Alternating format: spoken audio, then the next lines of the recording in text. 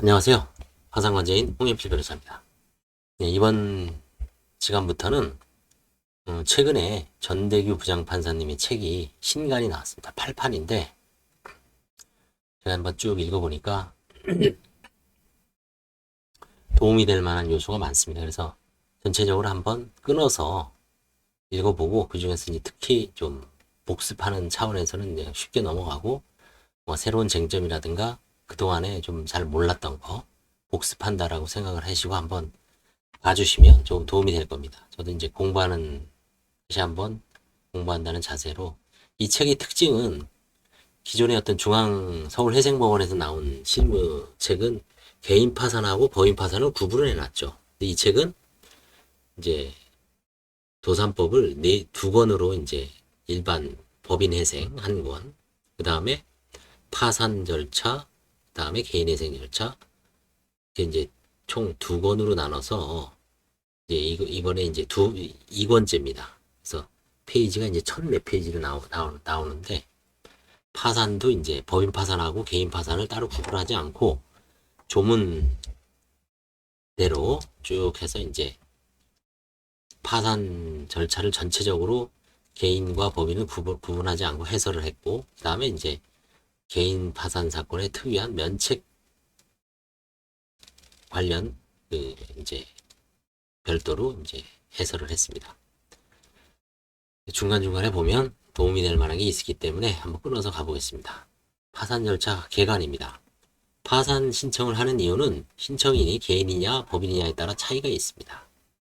개인의 경우 파산 신청을 하는 것은 면책을 통한 새로운 출발을 얻기 위한 것이죠. 개인의 장래 소득은 파산재단에 포함되지 않고, 이게 신득재산이라고 그랬죠. 파산 선고 당시 재산만이 파산재단이 내고 변제재원으로 사용되죠. 새로운 출발하기 위한 재원으로 사용된다. 반면 법인은 면책이 인정되지 않고 장래소득도 파산재단에 포함됩니다. 그렇다면 법인은 왜 파산 신청을 하는 것일까? 법인이 파산을 신청하는 목적은 채권자들에게 재산을 배당하려고 하는 것보다는 추적할 만한 가치가 있는 재산이 전혀 없다는 것을, 그렇죠? 전혀 없다는 것을 채권자에게 확인하는 것이라고 할 수 있습니다. 그래서 가끔 물어보죠. 법인 파산에 실익이 있습니까? 법인 파산은 돈이 많이 들죠. 기본적으로 예납금이 가장 싼 게 500입니다. 변호사 비용도 뭐 그 정도 들을 겁니다. 근데 그 돈을 들여서 왜 합니까? 결국은 법인이 채권자들한테 알리는 거죠. 아, 이제 파산을 해서 더 이상 추적할 만한 재산이 없고 법원의 관제인회에서 이제 환가를 해서 나눠주고 땡친다. 그거를 명확하게 확인시키는 거죠. 파산 절차는 지속적으로 채권 추진을 맡고 있는 회사의 경영진이 법인은 재산이 전혀 없고 소송을 해보았자 소용이 없다는 점을 회사의 채권자에게 알리기 쉬운 가장 쉬운 방법이죠. 뭐 잠적하는 경우도 있지만 그럼 이제 형사고소가 들어올 수도 있죠. 그 다음에 이제 뭐 각종 소송에서 시달릴 수도 있습니다. 파산 절차의 진행은 채무자의 전반적인 재무 건전성에 대한 엄격한 심사를 제공하는데, 이것은 개별 채권자들이 수행하기 어려운 점이 있죠. 법원에서는 이제 관제인이 시행을 하죠. 파산 절차의 의의. 개인이나 법인 등이 경제적 활동을 하다 보면 의도치 않게 재정적 어려움에 직면하게 되는 경우가 많죠. 개인이나 법인 등이 재정적 파탄에 직면할 경우 채무자는 스스로 채권자들을 만나 협상을 시도할 수도 있습니다. 그러나 스스로 해결하려고 아무리 노력한다고 하더라도 이해관계가 서로 다른 채권자들 사이에 합의나 양보를 도출하기 위해서는 많은 시간과 노력이 필요하고 경우에 따라서는 별다른 효과가 없을 수도 있죠. 이처럼 사적인 해결 시스템은 한계가 있을 수 있기 때문에 채무자 회생법은 회생과 파산이라는 법적 절차를 두어 채무자를 구제하고 있음은 앞에서 본 바와 같다. 파산 절차란 채무자에게 파산의 원인, 지급불능 혹은 채무 초과의 사유가 있을 때 파산 선고를 하고 파산 재단을 매각하여 금전으로 만든 다음 이걸 환가라고 하죠. 파산 절차 내에서 채권 조사를 거쳐 확정된 채권을 이제 배당을 해주는 거죠.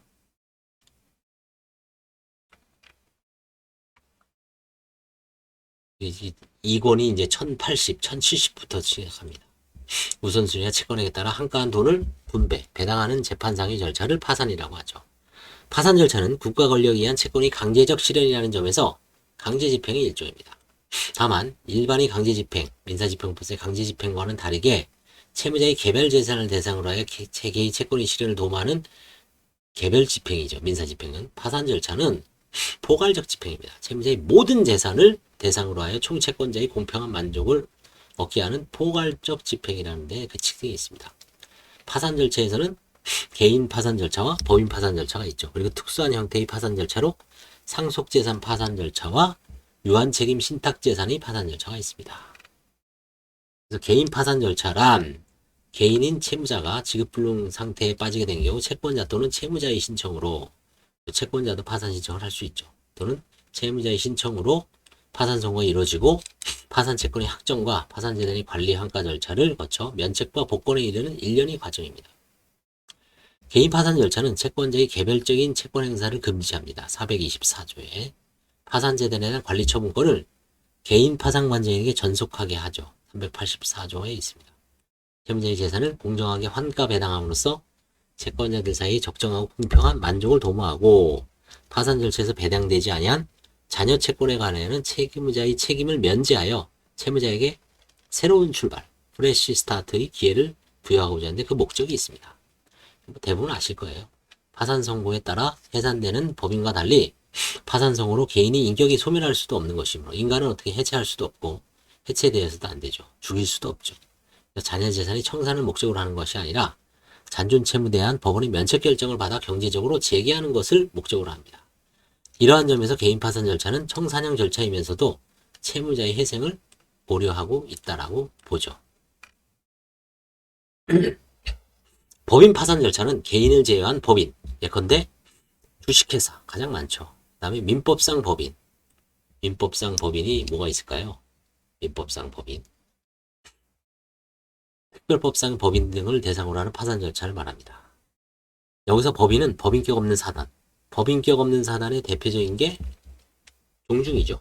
종중, 문중 또는 재단, 법인격 없는 재단은 물론 민법상의 조합도 포함된다. 그래서 법인격 없는 사단, 뭐 유치원도 마찬가지입니다. 또는 재단은 법인격 없는 사단, 뭐 종중, 사찰, 절이죠, 절. 그 다음에 교회가 대표적인 거죠, 교회. 법인격 없는 사단은 종중, 사찰, 교회, 총류재산이죠. 여기서도 이제 파산을 할 수 있고요.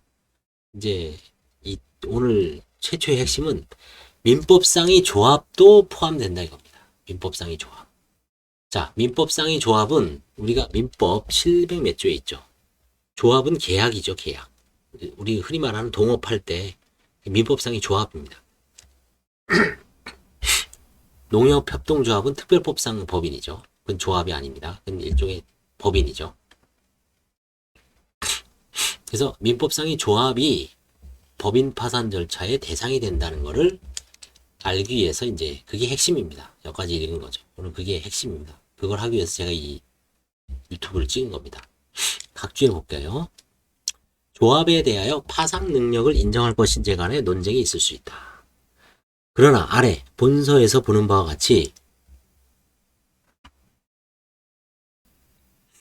법인격 없는 사단과 민법상의 조합을 구별하는 것은 실제로 곤란하고 또한 민법은 조합의 청산 절차를 예정하고 있는데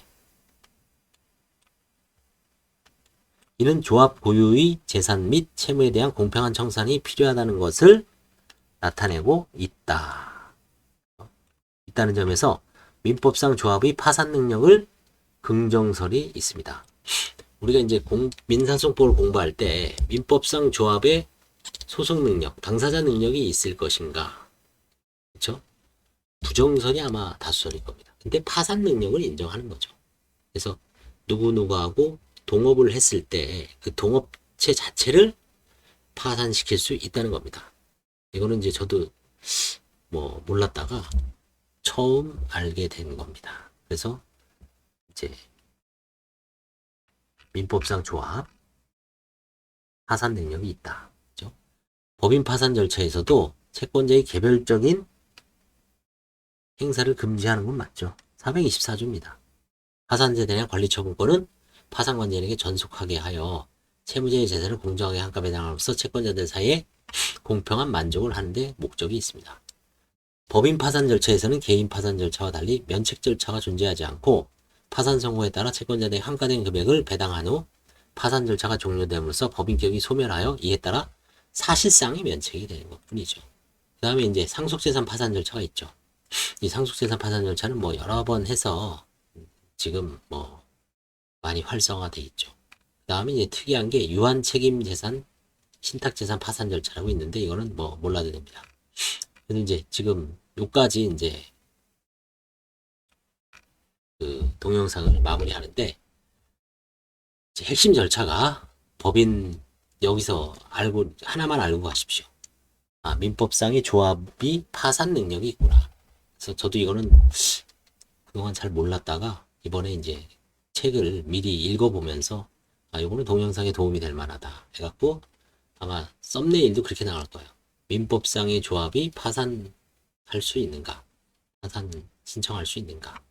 가능하다. 뭐 실제로 민법상의 조합이 한 사례가 있는지 없는지 모르겠지만 이제 가끔 동업체를 좌지우지할 때 파산 절차를 해서 청산을 할 수도 있죠.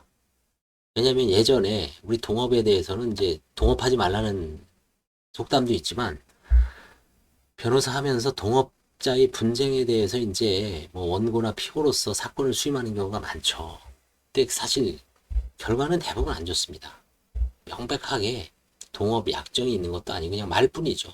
그래서 그게 실제 우리나라에서 소송을 하다 보면 좋은 결과가 나온 경우가 완벽하게 지지도 않고 완전하게 이기지도 않고 애매하게 끝나죠. 조정으로 종결되면 그나마 다행인데 서로 만족을 못하죠. 그게 어떤 그 동업 약정의 어떤 약정도 제대로 안 하고 설사 약정이 있더라도 다툼이 많죠. 그래서 지금 생각을 해보면 그런 경우를 차라리 파산법원에다가 파산을 신청해서 했던 게 좋지 않았을까. 이제 지금 느끼는 겁니다. 저도 과거에 뭐 의사들 동업, 그다음에 뭐 일반 그냥 사인 간의 어떤 동업 소송이 되게 어렵습니다. 청산. 그 청산은 그냥 민법상의 조합계약에 기해서 이제 거기서 이제 권리와 의무가 있고 이제 청산을 하는 것보다는 차라리 그냥 이렇게 과감하게 파산법원, 회생법원에다가 신청을 하는 거죠. 그래서 이거 동업체를 강제로 청산해 달라. 그럼 파산관제인이 이제 개입을 해서 동업 재산을 전부 환가를 해서 지분이 없으면 2분의 1로 추정이 되죠. 나눠주는. 지금 같으면 이제 파산을 신청할 것 같아요. 그때는 그 생각을 못했죠. 파산 전혀 생각을 못했습니다. 그냥 소송, 오직 소송이죠. 뭐 못 먹어도 고. 그렇죠? 지금은 이게 얼마 전에 그 한 것도 결국 1심에서 이기고 1, 2부 승소했지만 2심에서 또 지고 당사자한테 참 미안스럽지만 코로나 때문에 이제 한 3, 4년 걸렸어요. 아무것도 없습니다. 딱 한 줄 갖고 이제 소송을 했지만 지금으로 보면 그거는 오히려 물론 뭐 파산도 실익이 없어요. 파산에서 청산할 재산이 없는데 동업으로 파산 같은 것도 한번 아이디어를 있는 차원에서 이번 동영상을 찍게 됐습니다. 조합도 파산 능력이 있다. 이거 하나 알고 가면 됩니다. 나머지는 다 이제 다음에는 아마 이제 가상자산에 대해서 한번 이 책에 자세하게 정리가 되어 있습니다. 가상자산, 가상화폐, 요즘 뭐 코인 이런 거죠. 그래서 이제 빗썸 비롯한 뭐 코인원 뭐 4개 회사가 있죠. 가상자산에 대해서는 시간이 좀 많이 걸릴 것 같아요. 한번 논문처럼 되어 있습니다. 그래서 한번 자세하게 읽어보고 이번 시간에는 법인 파산에서 민법상 조합도 파산 능력이 있다. 요 하나만 알고 넘어가면 되겠습니다. 조합의 파산에 대해서는 나중에 이 책에 또 자세하게 나오네요. 그때 가서 다시 한번 또 자세하게 공부해 보시죠. 예. 감사합니다.